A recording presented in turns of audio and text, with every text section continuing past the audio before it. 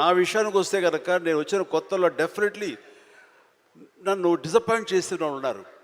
నేను హీరోగా ఎదుగుతున్న సమయంలో, హీరోగా 4-5 సినిమాలు చేస్తున్న సమయంలో కొంతమంది ప్రొడ్యూసర్స్ నన్ను ఒక తక్కువ స్థాయి రౌడీ వేషాల కోసం అడిగారు. కొత్తలుడు అని, కొత్తపేట రౌడీ అని, అలా మోసగాడని ఇట్లాగా అడుగుతుంటే పెద్ద పెద్ద హీరో, నేను ఒక పక్క నుంచి మంచి హీరో వేషాలు వేస్తున్నాను. కొన్ని యాంటీ హీరో అయి ఉండొచ్చు, but hero lead man characters వేస్తుంటే ఎక్కడో డిసప్పాయింట్మెంట్ ఉంటుంది. అబ్బా ఏంటి నేను హీరోగా పాజిటివ్ క్యారెక్టర్గా, చట్టాన్ని కళ్ళు ఇలాంటి సినిమాల్లో హీరోగా చేస్తుంటే నన్ను చిన్న చిన్న రౌడీ వేషాలు ఏమంటున్నారు, నా జీవితం ఏమైపోతుంది, ఇలా కాదు కదా అని అనుకునే పరిస్థితి, వాళ్ళకి ఎదురు చెప్పలేని పరిస్థితి. కానీ లోపల ఒకటే ధైర్యం, ఎన్ని వేషాలైనా వేయనివ్వండి, ఎటువంటి వేషాలు వేయనివ్వండి, నేను ఖచ్చితంగా అలాంటి వాటి కోసం ఎదురు చూస్తాను, అలాంటి ఖచ్చితంగా వస్తాయని ఒక దీక్ష, ఒక నమ్మకం, నాకు ఆ నమ్మకం నిలబెట్టింది.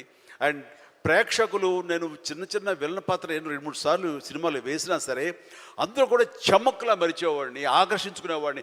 ఇడెవడో భలే చూస్తున్నాడు, శబాష్, నెక్స్ట్ పిక్చర్ ఎత్తుంది చేయాలి, అండ్ ఇతను సాంగ్స్ బాగా చేస్తాడు, ఈ సాంగ్స్ పెట్టి ఇతను హీరోగా చేయాలంటూ ప్రేక్షకుల చేత నేను మనల్ని పొంది, ప్రేక్షకులు సినిమా ఇండస్ట్రీలో ఉన్నటువంటి ప్రొడ్యూసర్ని, డైరెక్టర్ని నన్ను ఖచ్చితంగా పెట్టుకుని తీసేలాగా చేశారు. కాబట్టి ప్రేక్షక దేవుళ్ళకి ఎప్పుడు నేను రుణపడి ఉంటాను.